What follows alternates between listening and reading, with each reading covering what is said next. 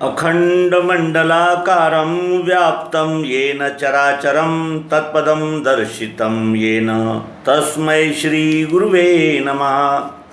अज्ञानान्धस्य लोकस्य ज्ञानाञ्जनशलाकया चक्षुरुन्मीलितं येन तस्मै श्रीगुरुवे नमः। अध्यात्म विश्व विज्ञान यूट्यूब चैनल पर उपस्थित सभी प्रेमी आत्मरूप सज्जन और हमारे गुरुजनों का हम हार्दिक स्वागत समादर करते हैं। मित्रों, यह विश्वरूप परमात्मा का दर्शन कराने वाली युक्ति भगवान श्री कृष्ण जी ने अर्जुन को दी, लेकिन कृष्ण द्वैपायन श्री व्यास जी इन्होंने गीता में वो युक्ति कथित नहीं की है। युक्ति के विषय में संकेत दिए हैं। जैसे 7वें अध्याय में वे कहते हैं कि पृथ्वी जल अग्नि वायु आकाश मन धी और अहंकार यही मेरे प्रकृति के 8 अंग है। 15वें अध्याय में कहते हैं द्वामीमो पुरुषो लोके शरश्चाक्षर एव च क्षरः सर्वाणि भूतानि कुटस्थोक्षर उच्यते। संकेत दिए हैं, बार बार संकेत दिए हैं। संकेत और उन संकेतों से हमें ये जरूर अवश्य ध्यान में आता है कि परमात्मा कोई व्यक्ति नहीं हो सकता, परमात्मा कोई ऐसी इकाई नहीं हो सकती, क्योंकि अगर वो इकाई है तो वो इस संपूर्ण सृष्टि का संचालन नहीं कर पा सकती। और इसीलिए यहाँ ये स्पष्ट बोध हो जाता है कि वो कोई न कोई ऐसी युक्ति, ऐसा यानी दिशा निर्देश कुछ था जिसके वजह से अर्जुन को दिव्य दृष्टि से विश्वरूप दर्शन हुआ। और इसके विषय में भगवान श्री कृष्ण जी भी कहते हैं कि न तू माम शक्य से द्रष्टुम मनेनैव स्वचक्षुषा दिव्यम ददामि ते चक्षुः पश्य मे योगमैश्वरम। आँखों से बाहरी तेरे देख सकता नहीं मुझे, देता हूँ दिव्य चक्षु में योग ऐश्वर्य देखिए। भगवान श्री कृष्ण जी कह रहे हैं कि मैं तुझे दिव्य चक्षु देता हूँ और फिर तू मेरा योग और ऐश्वर्य देख। अब संजय कहता है कि हे राजन, संजय भी गवाही दे रहा है धृतराष्ट्र के समक्ष। संजय कहता है हे राजन कह के ऐसा श्रेष्ठ योगेश कृष्ण ने दिखाया पार्थ को अपना पुरुषोत्तम रूप। ये ऐसा कह के श्रेष्ठ योगेश कृष्ण ने दिखाया पार्थ को अपना पुरुषोत्तम रूप। ये पुरुषोत्तम रूप, अपना पुरुषोत्तम रूप भगवान श्री कृष्ण जी ने अर्जुन को युद्ध भूमि पर दिखाया। ये गवाही संजय दे रहा है धृतराष्ट्र के सामने। और वो कहता है कि अनंत मुख है जिसमें आँखें अद्भुत रूप, वो धारे मूल्यवान शस्त्र आभूषण अनेक ही, दिव्य माला वस्त्रधारी चढ़ाएं दिव्य गंध को, सर्वाश्चर्यमयी देव अनंत मुख विश्व में। अनंत सूर्य का तेज दिखे आकाश में यदि, एक ही काल में तो भी मिले न उस तेज से। वहाँ पांडव ने देखा देह में श्रेष्ठ देव के, संपूर्ण जगत एकत्र द्विधा नाना विभाग में। तब आश्चर्य में डूबा पार्थ रोम खड़े रहे, प्रणाम करके बोला देव को हाथ जोड़ के। ऐसा कह के योगेश कृष्ण जी ने अर्जुन को अपना पुरुषोत्तम रूप दिखाया, जिसमें अनंत मुख है, इन्हें अनेक मुख है, आँखें हैं, अद्भुत है वो रूप, धारे मूल्यवान शस्त्र आभूषण अनेक ही, दिव्य माला वस्त्रधारी चढ़ाएं दिव्य गंध को, सर्वाश्चर्यमयी देव अनंत मुख विश्व में। अनंत सूर्य का तेज दिखे आकाश में यदि, एक ही काल में तो भी मिले न उस तेज से। वहाँ पांडव ने देखा देह में श्रेष्ठ देव के, संपूर्ण जगत एकत्र द्विधा नाना विभाग में। तब आश्चर्य में डूबा पार्थ रोम खड़े रहे, प्रणाम करके बोला देव को हाथ जोड़ के। अब पुरुषोत्तम रूप पार्थ को श्री कृष्ण जी ने दिखाया, जिसमें अनंत आंखें हैं, अनंत पेट है, अनंत मुख है, अनंत पांव है, यानी उसका विस्तार है, बहुत बड़ा विस्तार है, इतना बड़ा रूप दिखाया। और यही श्रीमद् भगवद गीता के टीकाकार संभ्रम में पड़ गए। किसी ने कहा कि श्री कृष्ण जी ने अपना देह बढ़ा लिया, किसी ने कहा कि श्री कृष्ण जी ने अर्जुन पर कोई माया डाल दी जिसके वजह से कुछ विचित्र सा उसे दिखने लगा। इस प्रकार के अनंत मत प्रवाह उपस्थित हो गए और इन्हीं मत प्रवाहों ने हमें अनंत संशयों में, भ्रमों में डाल दिया। लेकिन सद्गुरु की यही महिमा है कि वो सभी संशय भ्रमों से निकालकर इस जीव को निश्चय में स्थिर कर देते हैं, और एक बार निश्चय जब हमारा हो जाता है तो हमारे सभी संशय भ्रम लुप्त हो जाते हैं, हमें अपने कर्तव्य की जानकारी, जागृति हो जाती है। तो आइए, क्या देखा भगवान श्री कृष्ण जी ने अर्जुन को अपना रूप, वो हम देखें सद्गुरु युक्ति के द्वारा। सद्गुरु कहते हैं कि मैं तुम्हें केवल बातें नहीं बताऊंगा, मैं सिद्धांत का लक्ष्य कराऊंगा। लक्ष्य किसे कहते हैं? जैसे पानी, पानी, ये पानी शब्द उसी द्रव पदार्थ का है जिससे प्यास बुझती है, लेकिन पानी कहने से हमारा समाधान नहीं होता और हमारी प्यास नहीं जाती। उसके लिए पानी का सेवन करना पड़ता है, उसे कहते हैं लखना। लखना का अर्थ होता है सिद्धांत को प्रत्यक्ष प्रयोग द्वारा सिद्ध करा देना, और यही सद्गुरु की महिमा है। आइए हम भी विश्वरूप दर्शन करके, विश्वरूप को जानकर अपने स्वस्वरूप को, यानी पिंड को, ब्रह्मांड की एकात्मता सिद्ध करते हुए समाधान को प्राप्त करें। यह हमने प्रयोग के लिए एक गुड़ का ढेला लिया है। ये एक गुड़ का ढेला है, और ये गुड़ का ढेला इसलिए रखा गया है कि प्रयोग, क्योंकि ये अध्यात्म विज्ञान है, ये कोई पोथी या कोई यानी जिसे कहते हैं मत पंथ, इसकी कोई ऐसी चर्चा या जिसे कहते हैं कि मनमानी वर्णन नहीं है, ये प्रयोग है। प्रयोग प्राप्त होते ही मनुष्य संशय भ्रम से मुक्त हो सकता है, जिसे विज्ञान कहते हैं। अब हमने अपने आगे ये गुड़ का ढेला रख लिया है, आप भी अपने आगे कोई प्लास्टिक का ढेला, लोहे का टुकड़ा, कोई कागज़ का टुकड़ा, कुछ भी, कपड़ा, कुछ भी आप रख सकते हैं, और उसे सामने रखकर ही आपको इस प्रयोग को देखना होगा, चेक करना होगा। और जब ये प्रयोग मन बुद्धि स्वीकार करती है तभी हमारा निश्चय होता है। इसलिए इसे हमें हल्के में न लेते हुए विशेष गांभीर्यपूर्वक जांच करना है कि जो सद्गुरु कह रहे हैं क्या ठीक वैसा ही है। अब इस वस्तु को हमने देखा, तो देखने के लिए हमारे पास क्या है? हमारे पास देखने के लिए आँखें हैं, कान है, नाक है, जिह्वा है और त्वचा है। ये हम इस वस्तु को देखने के लिए अपने साधनों का प्रयोग करेंगे। अपने साधनों में सबसे पहले हम आँख से देखा इस वस्तु को, तो क्या दिखा? इसका रूप दिखा, इस प्रकार का रंग है, इस प्रकार का ढेला है, इतना ही आँखों ने बताया। आँखों ने इसका क्या देखा? रूप देखा। रूप आँखों से ही दिखता है, और जब आँखों में अंधेरा हो तो रूप नहीं दिखता, या बाहर अंधेरा हो तो रूप नहीं दिखता। रूप तभी दिखता है जब बाहर भी उजाला हो और अंदर भी, यानी आँखों में भी उजाला हो, जाला, फुली आदि प्रकार के विकार न हो, तभी हमें रूप दिखता है। इसका अर्थ यह है कि अग्नि नाम के पंच महाभूतों के यानी तत्व ने यहाँ आँख बनकर रूप का दर्शन किया। अब तक हम कह रहे थे कि मैं देख रहा हूँ, हम नहीं देखते। अग्नि आँख बनकर रूप देखती है, यानी इसका अर्थ यह है कि अग्नि यहाँ स्थित है। उसके अनंतर इसमें हमको देखना है, तो हमने फिर जांच की। हमारे पास त्वचा है, कड़ा है, मुलायम है, ठंडा है, गर्म है, ये हमें कौन संवेदना पहुँचाता है? तो त्वचा।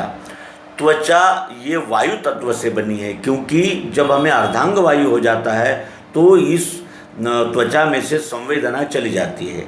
इसका अर्थ यह है कि वायु से बनी हुई त्वचा है और त्वचा से स्पर्श का अनुभव आता है।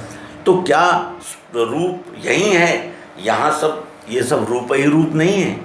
क्या स्पर्श यही है? यहाँ स्पर्श नहीं है। यहाँ अखंड संपूर्ण विश्व में स्पर्श है, और स्पर्श ये वायु के द्वारा हमें त्वचा से यानी स्पर्श का बोध कराता है। इसके अनंतर हमारे पास में तीसरी ज्ञानेंद्रियां है कान। कान से हम आवाज़ सुनते हैं, तो कान से ही आवाज़ आती है, ये सभी हम जानते हैं। और वो आवाज़ तभी आती है जब स्पेस हो। स्पेस होगा नहीं तो आवाज़ नहीं आएगी। अर्थात इसका अर्थ ये है कि स्पेस अर्थात आकाश, और आकाश से बनी हुई कान शब्द का अनुभव लेती है, शब्द को ग्रहण करती है। तो क्या शब्द यही है? यहाँ नहीं है। यहाँ जहाँ कहीं हम ठोकते बजाते हैं, हमें शब्द यानी आवाज़ की अनुभूति कान के द्वारा प्राप्त होती है, जो कि आकाश तत्व से बने हुए हैं। इसके अनंतर हमारे पास जीवा है। खारा है, तीखा है, मीठा है, कैसा है, ये हमें जीभ बताती है। और जीभ तभी बताती है जब वो जीभ गीली होती है, यानी जीभ में लार नाम का पदार्थ होता है, द्रवरूप, तभी हमें किसी भी वस्तु का यानी स्वाद रस पता चलता है। इसका अर्थ यह है कि जल से बनी हुई है जीभ, और जीभ से स्वाद या रस का पता चलता है। इसके अनंतर हमारे पास नाक है। नाक से हम कहीं भी सूंघ के देखेंगे, कहीं भी सूंघ के देखेंगे, हमें कोई ना कोई गंध आएगी ही आएगी। इसका अर्थ यह है कि नाक से गंध का पता चलता है, और नाक ये पृथ्वी तत्व से बना हुआ अपना ज्ञानेंद्रिय है। हमने देखा कि अग्नि, आकाश, पृथ्वी, जल और वायु ये हमारे पंच ज्ञानेंद्रियों में स्थित है। जब ये अपना स्थान छोड़ देते हैं तब वो हमें सुनाई न देना, दिखाई न देना, इस प्रकार के विकार होते हैं। और ये पंच ज्ञानेंद्रियों में पंच महाभूत पृथ्वी, जल, अग्नि, वायु, आकाश इस प्रकार से हमें इस वस्तु को दिखाते हैं। ये पंच ज्ञानेंद्रियों से हमने इसमें शब्द, स्पर्श, रूप, रस और गंध इनको देखा। इसके अनंतर हमारे पास में मन है। मन सबके पास है, लेकिन वो दिखता नहीं है। क्यों? क्योंकि वो सूक्ष्म है। जो स्थूल है वो दिखता है, आंखें दिखती है, कान दिखते हैं, लेकिन मन नहीं दिखता। मन को देखने के लिए हमें सूक्ष्म पद्धति का, सूक्ष्म युक्ति का उपयोग करना होगा। हमने इस वस्तु में देखने के लिए 3 प्रकार से प्रयोग किए। पहला प्रयोग किया हमने इस वस्तु को पीस के घी के साथ मिलाकर खाया, तो खाते समय स्निग्धता थी, साथ में मिठास थी, तो हमें बहुत अच्छा लगा। खाते समय भी आनंद आया, और जब पेट में गया तो वहाँ भी दाह जलन शांत हो गई, हमें बहुत अच्छा लगा। इसी अच्छे मुझे उपयोग में भी अच्छा और परिणाम में भी अच्छा, इस अनुभव को सत्व गुण कहते हैं। फिर हमने इसी वस्तु को पीसकर जल के साथ सेवन किया। पीते समय तो बहुत अच्छा लगा, क्योंकि वो शरबत था और हमें प्यास भी लगी थी। लेकिन जब हमने 1, 2, 3 गिलास पिए, और उसके बाद जब वो ये मिश्रण पानी का और शक्कर का पेट में गया, तो क्या हुआ? शक्कर सर में चढ़ गई, क्योंकि वो शीतल है, और पेट में शक्कर ने दाह निर्माण कर दिया। जल सर में चढ़ गया, सर्दी जुकाम हो गई, और पेट में दाह जलन पैदा हो गई। पीते समय यानी उपयोग में अच्छा, परिणाम में बुरा। इसे शास्त्रीय भाषा में रजोगुण कहते हैं। इसके अनंतर हमने इस वस्तु को ऐसे ही चबाया, तो क्या हुआ? वस्तु ठोस है, कड़क है। खाते समय हमारे मसूड़े छिल गए, और जब पेट में नीरी शक्कर गई तो वहाँ ऊष्मा और दाह पैदा हो गया। इसी तरह उपयोग में और परिणाम में बुरा ही बुरा तमोगुण कहलाता है। हमने इस वस्तु को 8 प्रकार से देखा, और यही मेरे प्रकृति के 8 अंग है। ऐसा भगवान श्री कृष्ण जी ने कहा है। ये 8 कैसे हैं? ये सतत रूपांतरण होने वाले हैं। जैसा अभी इसका गंध आ रहा है, 50 साल बाद ऐसा गंध नहीं आएगा, कुछ और आएगा। और जैसा स्वाद अभी आ रहा है वैसे ही थोड़ी 100 साल के बाद नहीं आएगा, कुछ उसमें कुछ इम्प्रूव होगा, कुछ कम ज़्यादा होगा। यानी इस प्रकार ये पंच तन्मात्राएँ सतत बदलती रहती है। और उस बदलने के लिए ये सत्वगुण, रजोगुण, तमोगुण, ये क्रिया रूप यानी चालना देने वाले ये 3 तत्व इन पंच महाभूतों का सारा खेल करते रहते हैं। यही वो खेल है उत्पत्ति, स्थिति, लय। ये इन्हीं 3 गुणों का खेल है, सत्वगुण, रजोगुण और तमोगुण। ये अष्टधा है। इनका यानी ये 8 अंगों से बनी हुई अष्टधा है। इसे कुछ लोग माया कहते हैं, कुछ प्रकृति कहते हैं, कुछ दुर्गा कहते हैं, अनेक नाम है इसके। और ये सतत परिवर्तन होते ही रहने से श्रीमद् शंकराचार्य जी ने इसे झूठ कहा। लेकिन ये वस्तु झूठ नहीं है। ये सारे स्थित्यंतर जो है, रूपांतरण है, ये वस्तु पर ही हो रहे हैं। वस्तु है, वस्तु पर ये रूपांतरण हो रहे हैं। इसका अर्थ ये है कि ये रूपांतरण होते रहने से इसका आकार, प्रकार, शब्द, स्पर्श, रूप, रस, गंध बदलते रहते हैं, समाप्त नहीं होते। और दूसरा विश्व वस्तु का यानी ये स्वभाव है, यानी वस्तु को जानने के लिए ये अष्टधा साधन है। हमने इनको जाना, इसे प्रकृति कहते हैं। फिर हमने मन से देखा तो हमें इसमें सत्वगुण, रजोगुण, तमोगुण दिखा। पंच ज्ञानेंद्रियों से देखा तो इसमें हमें शब्द, स्पर्श, रूप, रस, गंध दिखा। इसके अनंतर हमारे पास में बुद्धि है। बुद्धि ने ये देखा कि ये वस्तु यहाँ उपस्थित है, ये हमने किस लिए लाई थी? सूंघने के लिए, देखने के लिए, शब्द सुनने के लिए, किस लिए लाई थी? ये लाई थी हमने चाहत, ज़रूरत, प्रियत्व के लिए। इसकी हमें चाहत थी, इसमें हमारा प्रियत्व था, इसलिए हमने इसे खरीद कर लाई। ये निराकार निर्गुण भाव है। और ये निर्गुण भाव इस वस्तु से अलग नहीं है। इसी वस्तु में शब्द, स्पर्श, रूप, रस, गंध है, सतोगुण, रजोगुण, तमोगुण है। और इसी में ओत प्रोत कण कण में व्याप्त चाहत, जरूरत, प्रियत्व, रूप, वो अस्तित्व, अक्षर जिसे आत्मा कहते हैं, वो उपस्थित है। लेकिन उसको देखने के लिए हमें बुद्धि की आवश्यकता हुई। हमने अपने सभी साधनों से उपयोग करके, साधनों का उपयोग करते हुए इस अनुभव को लेना है। और ये हमारी ज्ञानेंद्रियां, हमारा मन, बुद्धि तभी हमें सत्य का दर्शन, दिग्दर्शन कर सकती है जब वो निर्मल हो। इसीलिए अपने सभी साधनों को निर्मल, पक्षपात रहित और न्याय और सत्य ग्रहण के अनुकूल बनाकर ही हम इस प्रयोग को ग्रहण कर सकते हैं। आइए फिर प्रयोग की ओर चलें। तो हमने इसमें 8 देखे और इसमें निर्गुण आत्मा, मिठास, चाहत, ज़रूरत, प्रियत्व देखी। तो क्या यही है चाहत, ज़रूरत, प्रियत्व? यहाँ, यहाँ, यहाँ, यहाँ चाहत, ज़रूरत, प्रियत्व तो वो तो प्रोत कण कण में व्याप्त है। वो अक्षर आत्मा कण कण में व्याप्त है और वो वस्तु से अलग नहीं है। ये वस्तु में ही ये सारे भाव इकट्ठा हुए हैं। अब तीसरा अहंकार है हमारे पास। वो अहंकार जो मैं कहता है, जीवात्मा। उस जीवात्मा ने सोचा, जीवात्मा ने इसमें चिंतन किया कि शब्द, स्पर्श, रूप, रसगंध मुझे मेरे ज्ञानेंद्रियों ने बताए, मेरे मन ने इसमें सत्वगुण, रजोगुण, तमोगुण बताए, और बुद्धि ने बताया कि इसमें ओतप्रोत मिठास है। अंदर, बाहर, ऊपर, नीचे, हर ओर, एक एक कण में वो मिठास स्थित है, उपस्थित है। लेकिन मैंने अगर इस वस्तु को प्राप्त करना है तो मुझे क्या करना होगा? तो वस्तु को नाम देना होगा।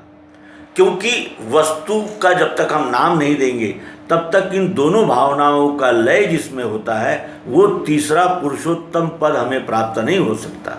नाम ले तभव सिंधु सुखाई। और इसी नाम का महिमा संत, महंत और अनेक प्रकार की विभूतियों ने कहा है कि सद्गुरु से नाम प्राप्त करना होता है। तो यहाँ इस वस्तु का नाम गुड़ है, तो यहाँ चश्मा है, यहाँ कंप्यूटर है, तो यहाँ कैमरा है, तो यहाँ यानी ये स्टूडियो है। तो ये संपूर्ण का क्या नाम होगा? तो ये संपूर्ण वस्तु का जिसमें लय हो यानी समावेश है, जो संपूर्ण एक वस्तु है, उसे विश्व कहते हैं। विश्व कहते ही उसमें शब्द स्पर्श रूप रसगंध, सतोगुण रजोगुण तमोगुण और चाह जरूरत प्रियत्व रूप अस्तित्व, इन दोनों भावों का लय हो जाता है। इस प्रकार भगवान श्री कृष्ण जी ने अर्जुन को दिव्य दृष्टि दी और अपनी दिव्य दृष्टि देकर अपने विश्व रूप का परिचय कराया, दर्शन कराया। और ये दर्शन होते ही फिर उसे क्या दिखने लगा, ये संजय कह रहे हैं। आइए हम भी इसको जानें। हे राजन, कह के ऐसा श्रेष्ठ योगेश कृष्ण ने दिखाया पार्थ को अपना पुरुषोत्तम रूप है। अनंत मुख है, जिसमें इस विश्व में कितने मुख होंगे, आँखें कितनी प्रकार की आँखें होंगी, कितना अद्भुत रूप है ये।